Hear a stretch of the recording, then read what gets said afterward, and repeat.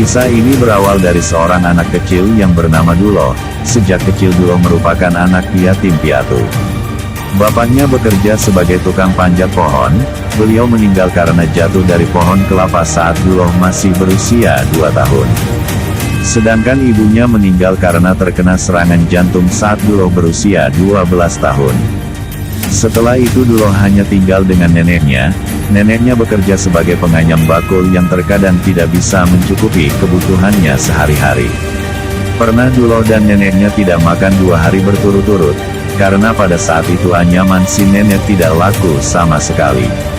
Setiap kali lapar, nenek dan cucunya hanya minum air putih agar perutnya kembung dan menghilangkan rasa lapar.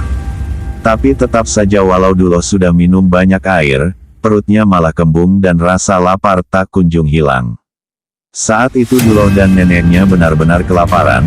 Karena bingung apa yang harus ia lakukan, Duloh izin pada neneknya untuk pergi mencari pekerjaan.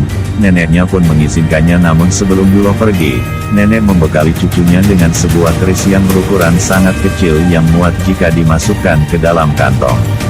"Simpan keris ini buat keberuntungan," kata si nenek. Duloh kecil dengan perutnya yang lapar pergi meninggalkan neneknya. Ia tidak tahu harus pergi kemana, ia hanya mengikuti kata hatinya saja. Ia berjalan ke arah barat dan meninggalkan perkampungan. Tidak ada bekal apapun yang dibawanya, tanpa alas kaki, bajunya pun sudah kumal dan tipis. Ia melewati kampung demi kampung hingga akhirnya ia terjatuh. Perutnya sangat lapar, ia benar-benar kehabisan tenaga dan tak mampu meneruskan perjalanannya. Ia merasa bahwa dirinya akan mati saat itu juga. Duloh terkapar di jalan setapak selama 3 hari 3 malam. Tidak ada seorang pun yang menemukannya, namun ia masih bertahan hidup. Jalan setapak itu adalah jalan menuju kampung Bojong Pinang. Tinggal beberapa kilometer lagi ia akan sampai di kampung itu, namun tubuhnya sudah tak berdaya. Menjelang malam melintaslah sebuah delman di jalan setapak itu. Melihat orang yang terkapar di sana, delman itu pun berhenti. Seorang wanita turun dari delman tersebut. Wanita itu sangat cantik dan berpakaian seperti seorang bangsawan. Wanita itu kaget ada anak kecil yang terkapar di jalan setapak itu. "Kamu kenal anak ini?" tanya wanita itu pada Pak Kusir, si pengemudi delman.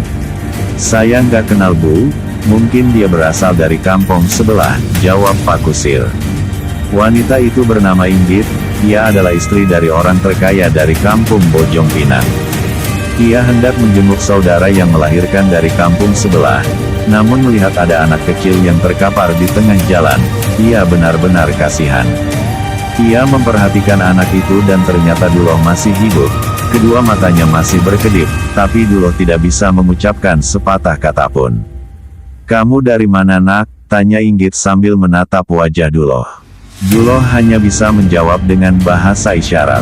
Perlahan ia mengangkat jarinya dan menunjuk ke arah timur.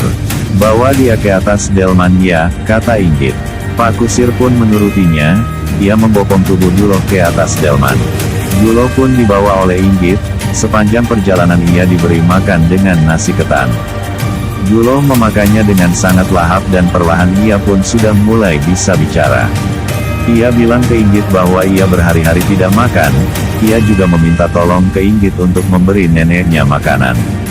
Singkat cerita, setelah Inggit menjenguk saudaranya, ia pun langsung pergi ke rumahnya Duloh untuk menolong neneknya.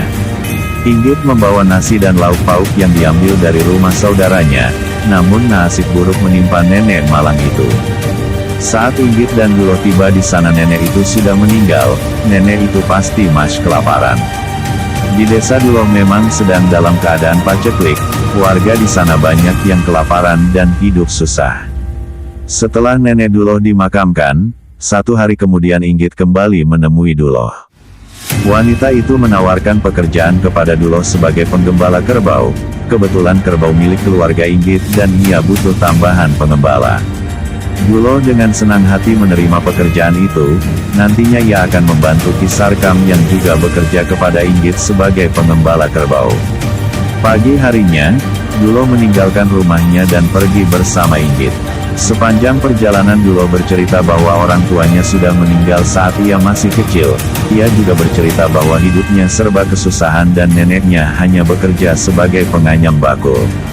Inggit semakin kasihan mendengar cerita anak kecil itu. Setibanya di rumah Inggit, Dulo benar-benar terkesima, lantaran rumah wanita itu sangat besar dan luas. Dulo berdiri di depan rumah Inggit.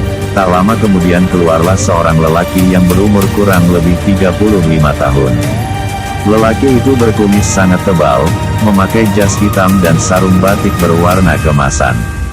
Lelaki itu adalah Raden Jaya Kusuma, orang-orang biasanya memanggilnya Raden Jaya.